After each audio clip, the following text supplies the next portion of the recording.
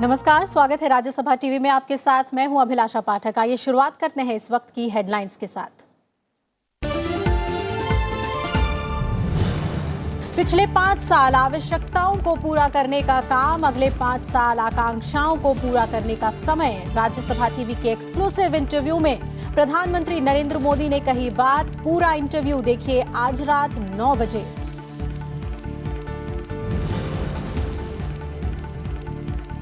नेताओं के धार्मिक आधार पर वोट मांगने पर सुप्रीम कोर्ट की नाराजगी के बाद चुनाव आयोग का सख्त कदम। उत्तर प्रदेश के मुख्यमंत्री योगी आदित्यनाथ पर कल से 72 घंटे और बीएसपी प्रमुख मायावती पर 48 घंटे तक चुनाव प्रचार पर रोक। महिला आयोग ने विवादित बयान पर सपा नेता आजम खान के खिलाफ की कार्रवाई की मांग।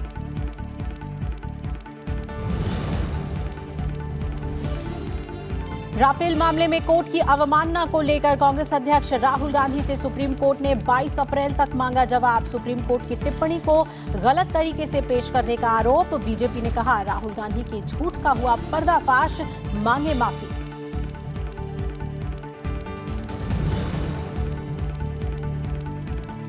इस साल सामान्य रहेगा मॉनसून, पूरे सीजन में 96% बारिश की संभावना।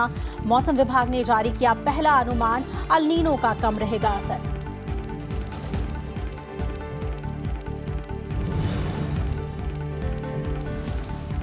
और क्रिकेट विश्व कप 2019 के लिए टीम इंडिया का ऐलान। ऋषभ पंत की जगह दिनेश कार्तिक, चौथे नंबर पर विजय शंकर पर बोर्ड ने जताया भरोसा। विराट कोहली की अगुवाई वाली 15 सदस्यीय टीम में ऑलराउंडर्स पर खास जोर। 30 मई से इंग्लैंड में प्रतियोगिता का आगाज।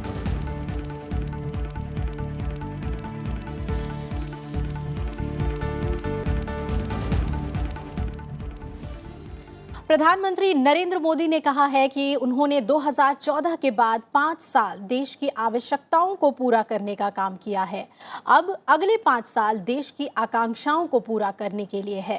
प्रधानमंत्री नरेंद्र मोदी ने ये बात राज्यसभा टीवी के साथ एक्सक्लूसिव इंटरव्यू में कही। राज्यसभा टीवी के एडिटर इन चीफ राहुल महाजन ने उनके साथ खास बातचीत की और आप ये पूरा इंटरव्यू देख सकते हैं राज्यसभा टीवी पर आज रात 9 बजे।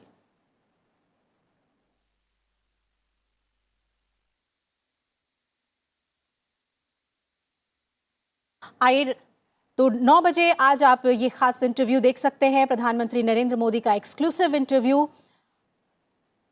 और आइए राज्यसभा टीवी के एडिटर इन चीफ राहुल महाजन से जानते हैं कि प्रधानमंत्री ने अपने इंटरव्यू में क्या खास बातें कही हैं। राहुल सर, जानना चाहेंगे आपसे कि पूरे इंटरव्यू के दौरान जो सबसे अहम बात इस चुनाव से जुड़ी हुई पीएम ने कही है वो क्या रही? कितने आश्वस्त हैं वो जीत को लेकर इस बार चुनाव में? देखिए, इस पूरे इंटरव्यू में उन्होंने अलग अलग राज्यों पे भी बात की। जैसे उत्तर प्रदेश में जिस तरह मायावती और अखिलेश यादव का जो गठबंधन है उसके सामने जो बीजेपी की जो पूरा स्ट्रेटेजी है उस पे बात की। उन्होंने ये भी बातें की कि उनका विजन भारत के लिए क्या है। 2022 में जो न्यू इंडिया एट 75, जब 75 साल का भारत होगा तो उस पे उनका विजन क्या है, वो किन मुद्दों को लेकर आगे चलना चाहते हैं, उस पर उन्होंने खुलकर बात की। उन्होंने इस बारे में बात की जो इन चुनावों के दौरान जो लगातार प्रधानमंत्री पर जो हमले किए जा रहे हैं, राजनीतिक हमले किए जा रहे हैं, उस पर उन्होंने बात की। रफेल पे उन्होंने बात की। ये रफेल जैसे जैसे मुद्दे हैं जिस पर लोगों को लगता है कि प्रधानमंत्री शायद ना बात करेंगे, लेकिन उन्होंने खुल के रफेल पे बात की। उन्होंने ये तक माना कि रफेल का मुद्दा जो बार बार चर्चा में आता है, इसके पीछे कोई ना कोई डिजाइन है। उन्होंने इस बारे में बात की कि इस तरह से वो मुद्दों की राजनीति करना चाहते हैं, ना केवल ये कहना गलत होगा कि वो किसी एक व्यक्ति विशेष को जो है वो टारगेट कर रहे हैं। उन्होंने जो डायनेस्टिक पॉलिटिक्स है उस पर बात की है हमसे। खास बात मैं अगर इस इंटरव्यू में कहूंगा तो जैसे आपने खुद बताया आवश्यकताओं और आकांक्षाओं की बात की।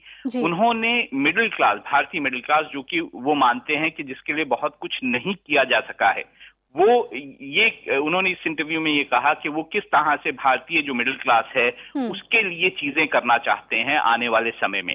और वो पूरी तरह से इस विश्वास के साथ बात कर रहे थे कि अगला ये जो चुनाव है इसमें उनकी और बीजेपी की जो जीत है वो सुनिश्चित है। बहुत बहुत शुक्रिया सर आपका हमारे साथ जुड़ने के लिए। और एक बार फिर हम बताना चाहेंगे हमारे दर्शकों को कि हमारे एडिटर इन चीफ राहुल महाजन के साथ जो एक्सक्लूसिव इंटरव्यू है प्रधानमंत्री नरेंद्र मोदी का, आज रात 9 बजे देखना ना भूलें। कई अहम बातें पीएम ने कही हैं आगामी लोकसभा चुनाव को लेकर। और आइए अब देख लेते हैं लोकसभा चुनाव से जुड़ी हुई अहम खबरें।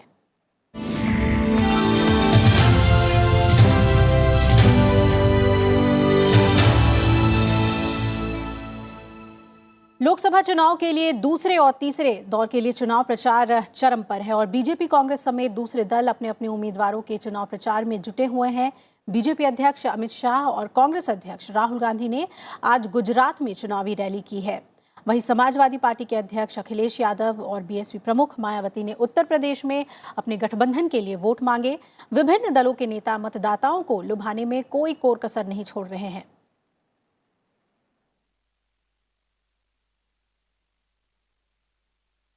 और इधर राफेल लड़ाकू विमान सौदे को लेकर कांग्रेस लगातार झूठ बोल रही है और राहुल गांधी को राफेल सौदे पर उनके बयान के लिए सुप्रीम कोर्ट से नोटिस मिला है। बीजेपी अध्यक्ष अमित शाह ने आज गुजरात के गिर सोमनाथ के कोदिनार में एक जनसभा को संबोधित करते हुए ये बातें कही। अमित शाह ने आरोप लगाया कि कांग्रेस बार बार झूठ बोलती है। उन्होंने कहा कि सुप्रीम कोर्ट ने प्रारंभिक तकनीकी आपत्ति पर मामले की सुनवाई की और अपना आदेश पारित किया, लेकिन कांग्रेस अध्यक्ष ने कहा कि शीर्ष अदालत ने राफेल मुद्दे पर सरकार को फटकार लगाई है, जबकि हकीकत में ऐसा कुछ भी नहीं हुआ था। बीजेपी अध्यक्ष ने कहा कि अदालत ने सिर्फ एक प्रारंभिक आपत्ति हटाने का काम किया था, मामला अभी भी चल रहा है। अमित शाह ने यह भी कहा कि झूठ बोलना, उसे बार बार दोहराना कांग्रेस पार्टी का स्वभाव बन गया है। 7 करोड़ गरीब माताओने ગેસના સિલિન્ડર એના ઘરમાંથી ધુમાડો મુક્ત કરવાનું કામ નરેન્દ્ર મોદી સરકારે કર્યું। 8 કરોડ ગરીબ પરિવારોના ત્યાં ટોયલેટ બનાવવાનું કામ ભારતીય જનતા પાર્ટીની નરેન્દ્ર મોદી સરકારે કર્યું। 2.5 કરોડ ગરીબોને ગરીબોના મકાન આપ્યા। 2.5 કરોડ લોકોના ઘરમાં વીજળી પહોંચાડવાનું કામ કર્યું। 70 વર્ષ સુધી તમે લોકોના ઘરમાં વીજળી નતા પહોંચાડી શક્યા। આ ભારતીય જનતા પાર્ટીની નરેન્દ્ર મોદી સરકારે વીજળી પહોંચાડવાનું। और उधर कांग्रेस अध्यक्ष राहुल गांधी ने गुजरात के सौराष्ट्र क्षेत्र में कांग्रेस उम्मीदवार के पक्ष में चुनाव प्रचार किया। आज उन्होंने भावनगर को संबोधित किया और आरोप लगाया कि बीजेपी ने 5 साल में कोई काम पूरा नहीं किया है, अपने वादे पूरे नहीं किए हैं और झूठ बोलकर गुमराह ही किया है। उनकी पार्टी अगर सत्ता में आई, यानी अगर कांग्रेस सत्ता में आती है तो न्याय होगा। उनका मतलब न्यूनतम आय गारंटी योजना से था।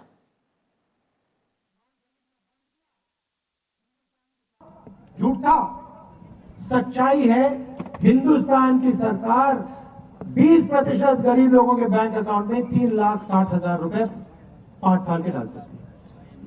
15 लाख का झूठ, 3,60,000 रुपए की सच्चाई आपके सामने। और इससे पहले कांग्रेस अध्यक्ष राहुल गांधी ने आज उत्तर प्रदेश के फतेहपुर सीकरी में चुनावी रैली की।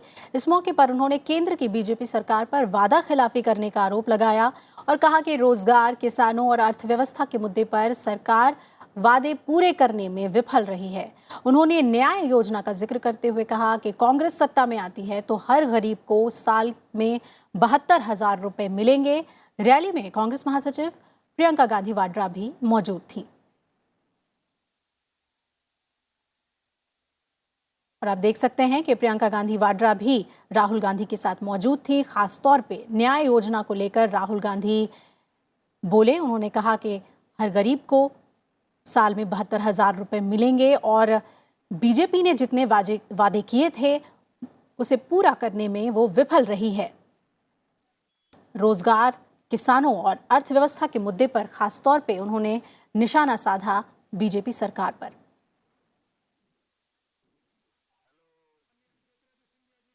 तो आप देख सकते हैं कि प्रियंका गांधी मौजूद थी मंच पर और इस दौरान उन्होंने वादा किया कि कांग्रेस जैसे ही सत्ता में आएगी न्याय योजना लागू की जाएगी और इसके तहत गरीबों को सालाना 72,000 रुपए दिए जाएंगे, उनके अकाउंट में दिया जाएगा।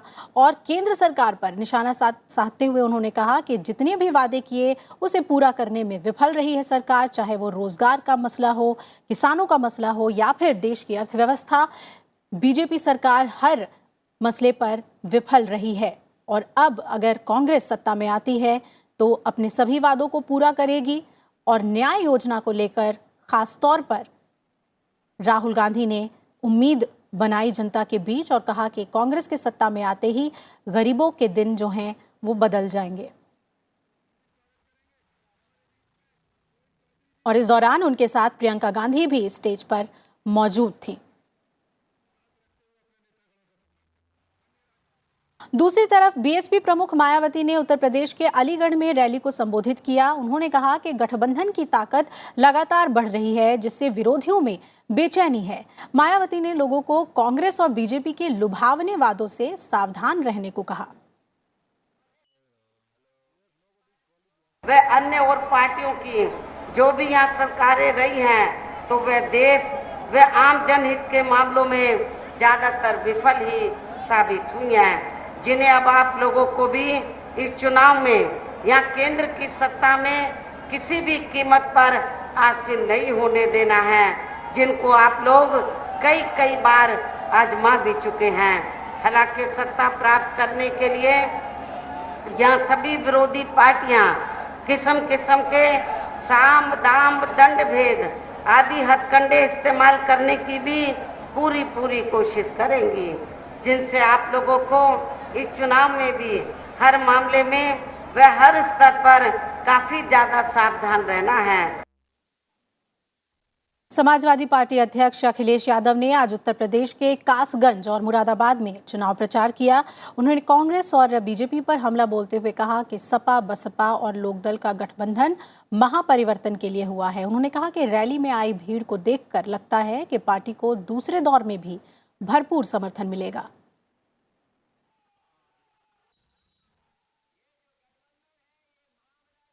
बड़ी संख्या में आप आए हैं और ये जो जोश और मनोबल दिखाई दे रहा है, हमें पूरा भरोसा है कि इस बार मुरादाबाद से गठबंधन के प्रत्याशी ऐतिहासिक वोटों से जीत करके जाएंगे।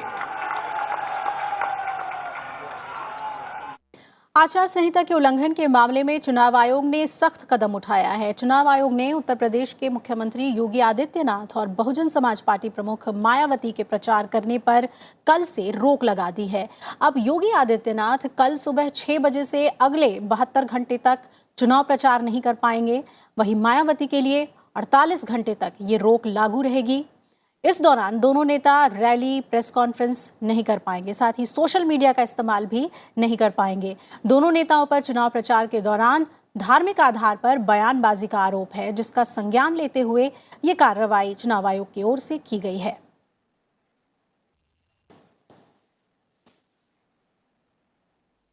उधर राष्ट्रीय महिला आयोग ने समाजवादी पार्टी नेता आजम खान को कल रामपुर में बीजेपी प्रत्याशी जया प्रदा के खिलाफ कथित टिप्पणियों के बारे में नोटिस भेजा है। आयोग ने कहा कि उनका बयान महिलाओं के सम्मान और प्रतिष्ठा के प्रति अनादर दिखाती है।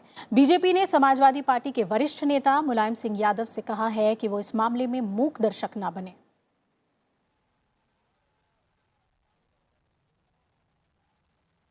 उत्तर प्रदेश के उप मुख्यमंत्री और बीजेपी नेता केशव प्रसाद मौर्य से बातचीत की हमारे संवाददाता नव विक्रम सिंह ने। उत्तर प्रदेश में पहले चरण का चुनाव हो चुका है। राजनीतिक दल दूसरे चरण की तैयारी में जुटे हुए हैं। हमारे साथ हैं उत्तर प्रदेश के उप मुख्यमंत्री केशव प्रसाद मौर्य जी। सर, आपका स्वागत है राज्यसभा टीवी में। धन्यवाद। सर, पहला सवाल आपसे पूछना चाहूँगा, उत्तर प्रदेश में प्रथम चरण का जो चुनाव हुआ है उसमें कितनी उम्मीदें हैं पार्टी को और कितना मतदान से कितना हो सकता है? देखिए, पहले चरण में जो 2014 का रिजल्ट था वो 100% था और 2019 का रिजल्ट भी 100% है। गठबंधन हो या कांग्रेस हो, कहीं भारतीय जनता पार्टी के मुकाबले पे नहीं ठहर रही है। देश ने माननीय नरेंद्र मोदी जी को फिर से भारत का प्रधानमंत्री बनाने का मन बनाया हुआ है। भ्रष्टाचार मुक्त भारत हर व्यक्ति के मन में बैठा हुआ है कि अगर कोई बना सकता है तो वो माननीय नरेंद्र मोदी जी कर सकते हैं। आतंकवाद का अंत अगर करने की दिशा में कोई मतलब ईमानदारी से और निर्णायक मतलब स्थिति में पहुंच करके आतंकवाद को समाप्त कर सकता है तो मोदी जी के नेतृत्व वाली सरकार में समाप्त किया जा सकता है। सर लेकिन अगर बात करी जाए विकास के मुद्दों पर, आपने कहा था कि और साथ ही केंद्र सरकार ने ये बात कही थी, बीजेपी सरकार ने, कि विकास के मुद्दे पर चुनाव लड़ा जाएगा, लेकिन पिछले दिनों जिस तरीके से हम देख रहे हैं कि राजनीतिक जो भाषा है वो चाहे वो बीएसपी की तरफ से हो चाहे बीजेपी की तरफ से हो, कई बार बार निशाने पर लिया जा रहा है। ऐसे में क्या पोलराइजेशन की कोशिश है? विपक्ष का आरोप है बीजेपी पोलराइज करने की कोशिश कर रही है। देखिए, भारतीय जनता पार्टी का मुद्दा विकास है, भारतीय जनता पार्टी का मुद्दा सुशासन है, भारतीय जनता पार्टी का मुद्दा जो 70 साल में जिन गरीबों को, जिन ज़रूरतमंदों को जो सरकार की योजनाओं के माध्यम से मिलना चाहिए तो उन तक पहुंचाने का मामला है। हम इस तरह के विषयों में जाते नहीं, लेकिन अगर कोई, मैं अगर हनुमान जी को भगवान जी मानता हूँ और कोई हनुमान जी के बारे में ऐसी टिप्पणी करेगा जो मुझे नहीं बर्दाश्त हो सकती है, तो जब मुझे नहीं बर्दाश्त हो सकती है तो कोई भी हनुमान जी का भक्त होगा, कोई राम जी का भक्त होगा और हनुमान जी के बारे में कोई उनके नाम के आगे कोई ऐसे शब्द को जोड़ेगा जो शब्द का प्रयोग करने मात्र से विवाद शुरू हो सकता है।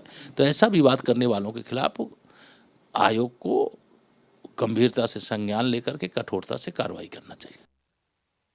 बीजेपी ने उत्तर प्रदेश के 7 लोकसभा सीटों के लिए उम्मीदवारों की लिस्ट जारी कर दी है। अभिनेता रवि किशन को गोरखपुर से उम्मीदवार बनाया गया है, तो वहीं संत कबीर नगर से मौजूदा सांसद शरद त्रिपाठी का टिकट काटकर प्रवीण निषाद को टिकट दिया गया है। साथ ही देवरिया से रमापति राम त्रिपाठी भाजपा के उम्मीदवार बनाए गए हैं।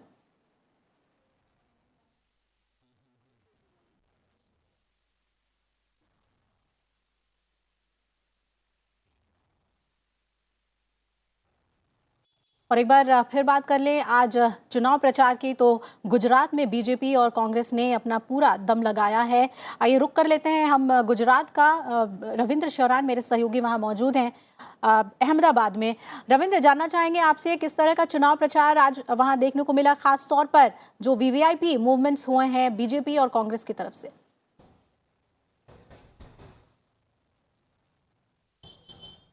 देखिए, बड़ा अहम चुनाव है गुजरात में, जिस तरीके से लगातार, क्योंकि प्रधानमंत्री नरेंद्र मोदी और बीजेपी के राष्ट्रीय अध्यक्ष अमित शाह का ये गृह प्रदेश है और लगातार कोशिश की जा रही है कि किस तरीके से जो 2014 की कामयाबी था उसको फिर से दोहराया जाए, जहां जब 26 की 26 सीटें लोकसभा की तमाम बीजेपी की झोली में आई थी। कांग्रेस पार्टी काफ़ी उत्साहित तब दिखी जब विधानसभा का चुनाव हुआ और उसमें बीजेपी के सामने कांग्रेस पार्टी को ठीक ठाक जो है वो सीट मिले और वोट परसेंटेज भी उनका बढ़ा। तो काफ़ी कांटे का मुकाबला इस बार यहाँ पर देखने को मिल रहा है। बीजेपी और कांग्रेस के तमाम दिग्गज जो हैं वो लगातार रैलियाँ और रोड शोज कर रहे हैं।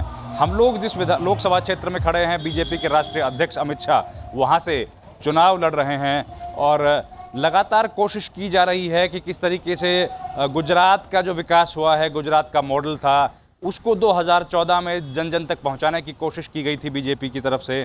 और आज जो है पिछले 5 साल में प्रधानमंत्री नरेंद्र मोदी के कार्यकाल में जो काम हुए हैं विकास के, और राष्ट्रवाद की बात है या फिर राष्ट्रीय सुरक्षा का जो मुद्दा है उसको किस तरीके से जनता तक पहुंचाया जाए, उसके आधार पर, विकास के आधार पर वोट मांगने की कोशिश यहाँ पर की जा रही है। बीजेपी के जो स्टार कैंपेनर हैं वो अलग अलग क्षेत्रों में लगातार रैलियां कर रहे हैं। राष्ट्रीय अध्यक्ष ने जो है वो रैलियां की हैं और पन्ना प्रमुख से लेकर अलग अलग सम्मेलन जो किए हैं। आज जो है राहुल गांधी जो कि कांग्रेस पार्टी के अध्यक्ष, उन्होंने भी रैली की और जनता से अपील की। कांग्रेस पार्टी काफ़ी उत्साहित तब से है जब विधानसभा में उनको ठीक ठाक जो है वोट प्रतिशत मिला था। देखिए, ये इलाका पिछले 15 साल से, उसके पहले से बीजेपी के पास रहा है। विधानसभा में लगातार चुनाव बीजेपी बड़े भारी अंतर से यहाँ पर जीतती रही है और बीजेपी के बड़े हाई स्टेक्स इस प्रदेश में हैं।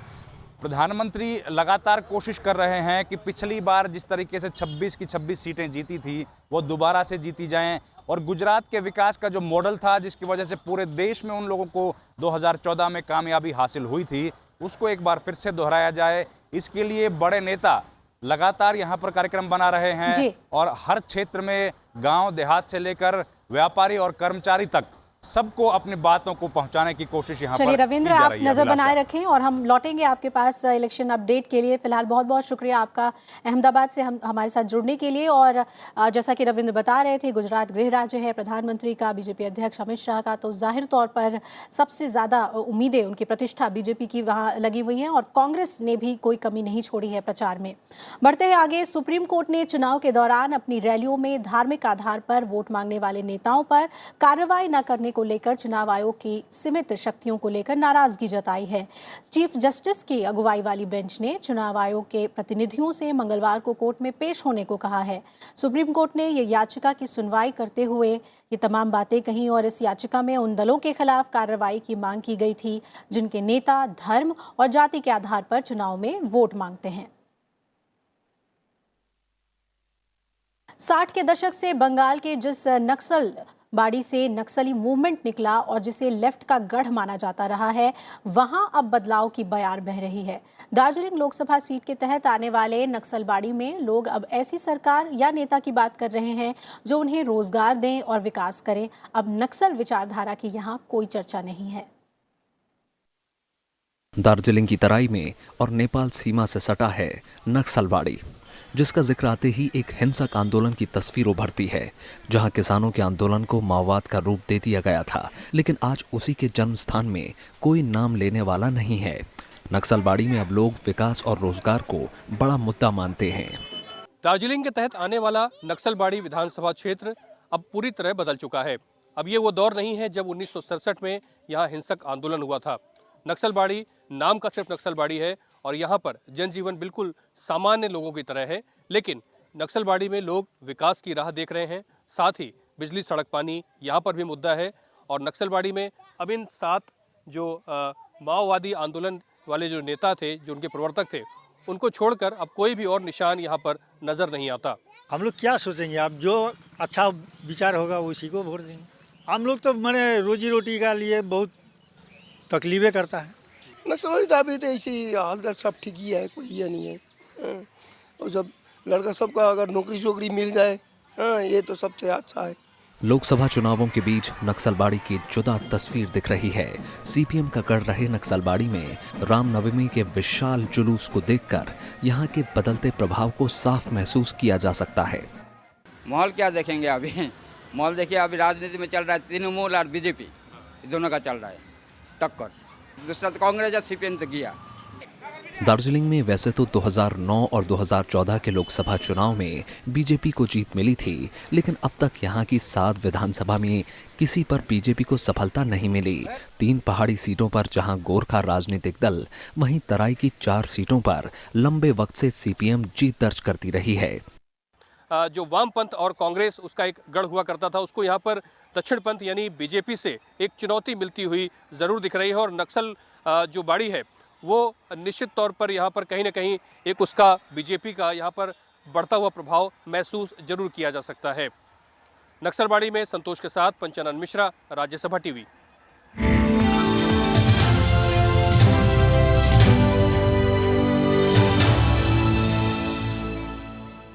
बीजेपी सांसद मीनाक्षी लेखी की ओर से दायर अवमानना याचिका पर सुप्रीम कोर्ट ने कांग्रेस अध्यक्ष राहुल गांधी को नोटिस जारी कर 22 अप्रैल तक जवाब दाखिल करने को कहा है। अदालत ने राहुल गांधी को राफेल मामले में प्रधानमंत्री नरेंद्र मोदी पर टिप्पणी मामले में नोटिस जारी किया है। उच्चतम न्यायालय ने कांग्रेस अध्यक्ष राहुल गांधी से उनकी टिप्पणी पर 22 अप्रैल तक जवाब मांगा है। इस मामले की अगली सुनवाई 23 अप्रैल को होगी। वहीं बीजेपी ने कहा है कि सुप्रीम कोर्ट के नोटिस से साफ हो गया है कि राहुल गांधी ने प्रधानमंत्री को अपमानित करने के लिए जानबूझकर बयान दिया था। बीजेपी नेता प्रकाश जावड़ेकर ने कांग्रेस अध्यक्ष के राफेल लड़ाकू विमान समझौते के बारे में कोर्ट की टिप्पणी को गलत तरीके से पेश करने की बात कही। उन्होंने कहा कि ये देश के प्रधानमंत्री और संस्थानों को बदनाम करने की कांग्रेस की साजिश है, इसके लिए उन्हें माफी मांगनी चाहिए। आज सुप्रीम कोर्ट ने कहा है, we make it clear that this court has no occasion to record any such views. They were referring to Rahul's views, because उसी पर आधारित एक क्रिमिनल कंटेम्प्ट की पिटीशन दायर की है। तो उसके संदर्भ में उन्होंने कहा सुप्रीम कोर्ट ने, we make it clear that this court has no occasion to record any such view or make any such observations as much as what was decided by the court on that day was the legal admissibility of certain documents. और ये आज supreme court ने oral observations जो दिए वो ये दिए, यानी साफ हो गया कि राहुल झूठ बोलते हैं, रोज बोलते हैं, जोर से बोलते हैं और ये बदमाशी के सिवा कुछ नहीं कह सकते।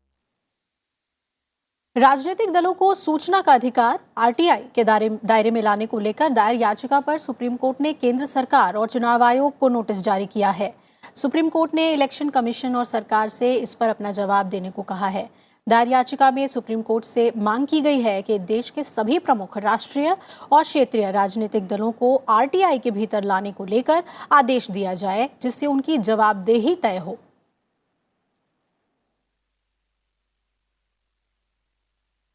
उपराष्ट्रपति एम वेंकैया नायडू ने कहा कि सिविल सेवकों को नई तकनीक और ज्ञान के मुताबिक खुद को ढालना होगा, जो तेजी से बदलते सामाजिक और राजनीतिक वातावरण के अनुकूल हो। उपराष्ट्रपति ने Indian institute of public administration के 44वें एडवांस्ड कार्यक्रम के संबोधन के दौरान कहा कि हमें निरंतर उस सुधार की संस्कृति का निर्माण करना होगा जो बेहतर भविष्य की ओर अग्रसर हो। उपराष्ट्रपति ने कहा कि आज तेजी से बदलते राजनीतिक, सामाजिक और आर्थिक परिवेश में नागरिक केंद्रित प्रशासन की मांग समय की आवश्यकता है। The people want an efficient and a responsible administration which address their concern quickly in a transparent and a fair manner. As I had said in another context, our Swarajya will have to be translated into Swarajya, that is good responsive governance. इस बार देश भर में अच्छी बारिश होगी और monsoon के सामान्य रहने का अनुमान है। इस बार मानसून देश भर में करीब 96% रहेगा। इसमें 5% बरसात ऊपर नीचे हो सकती है। अपने पहले पूर्वानुमान में मौसम विभाग ने दक्षिण पश्चिम मानसून के इस बार सामान्य रहने की उम्मीद जताई है। उनका कहना है कि अल नीनो का प्रभाव ना के बराबर रहेगा। पूर्वानुमान में उम्मीद जताई गई है कि देश भर में बारिश का वितरण भी सामान्य रहेगा और सभी इलाकों में अच्छी बारिश होगी।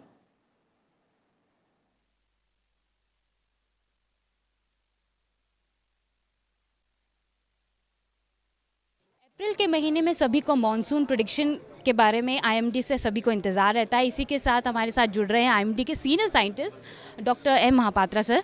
सर, आप पहले बताइए कि क्या है इस बार का मॉनसून? आज जो लॉन्ग रेंज फोरकास्ट इशू हुआ है, जो कि फास्टेस्ट मानसून फोरकास्ट है, इसके हिसाब से हम उम्मीद कर रहे हैं कि 5 जून से 30 सितंबर के अंदर पूरी देश में एवरेज रेनफॉल जितने होने वाला है वो है एवरेज रेनफॉल का 96%, 5% मॉडल एरर के साथ। इसका मतलब है जो 89 सेंटीमीटर बारिश होता है नॉर्मली, इसका 96% बारिश इस साल होने का उम्मीद किया जा रहा है, जो कि नॉर्मल कैटेगरी के अंदर आता है। सर, ये भी माना जा रहा है कि एल नीनो का प्रभाव रहेगा। क्या है ये एल नीनो और कितना प्रभाव डालता है ये मानसून पे? एल नीनो एक ऐसे कंडीशन है जिसमें east and central Pacific equatorial region पे टेम्परेचर नॉर्मल से ज़्यादा हो जाता है। जब ये टेम्परेचर 0.5 डिग्री सेल्सियस से एबोव डिपार्चर हो जाता है नॉर्मल कंडीशन से, इसको हम एल नीनो बोलते हैं। इसको वीक एल नीनो बोला जाता है जब ये डिपार्चर 0.5 to 1 डिग्री सेल्सियस के बीच में होता है। अब ये जो टेम्परेचर डिफरेंस है नॉर्मल कंडीशन से वो लगभग 0.9 डिग्री सेल्सियस है। तो इसके हिसाब से वीक एल नीनो कंडीशन अभी central and east equatorial Pacific में प्रिवेल कर रहा है। और हमारी उम्मीद है कि जो मॉडल फोरकास्ट देता है एल नीनो का, इसके हिसाब से ये वीकर हो जाएगा towards later part of monsoon season. तो ये थे हमारे साथ doctor M Mahapatra, senior scientist IMD, जो कह रहे थे कि इस बार एक अच्छी खबर है मानसून के लिए।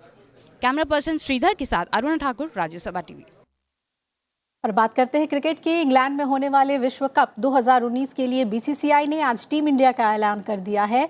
ऋषभ पंत की जगह दिनेश कार्तिक को टीम में शामिल किया गया है। वहीं विजय शंकर को टीम में जगह दी गई है।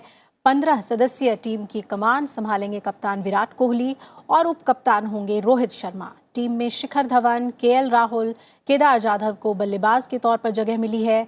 विकेटकीपर और बल्लेबाज के तौर पर महेंद्र सिंह धोनी और दिनेश कार्तिक को शामिल किया गया है। ऑलराउंडर के तौर पर विजय शंकर, हार्दिक पांड्या और रविंद्र जडेजा टीम में शामिल हैं। टीम इंडिया में तेज गेंदबाजी की कमान जसप्रीत बुमराह, भुवनेश्वर कुमार और मोहम्मद शमी को दी गई है। इस बुलेटिन में फिलहाल मेरे साथ इतना ही। आप जुड़े रहिए राज्यसभा टीवी के साथ। नमस्कार।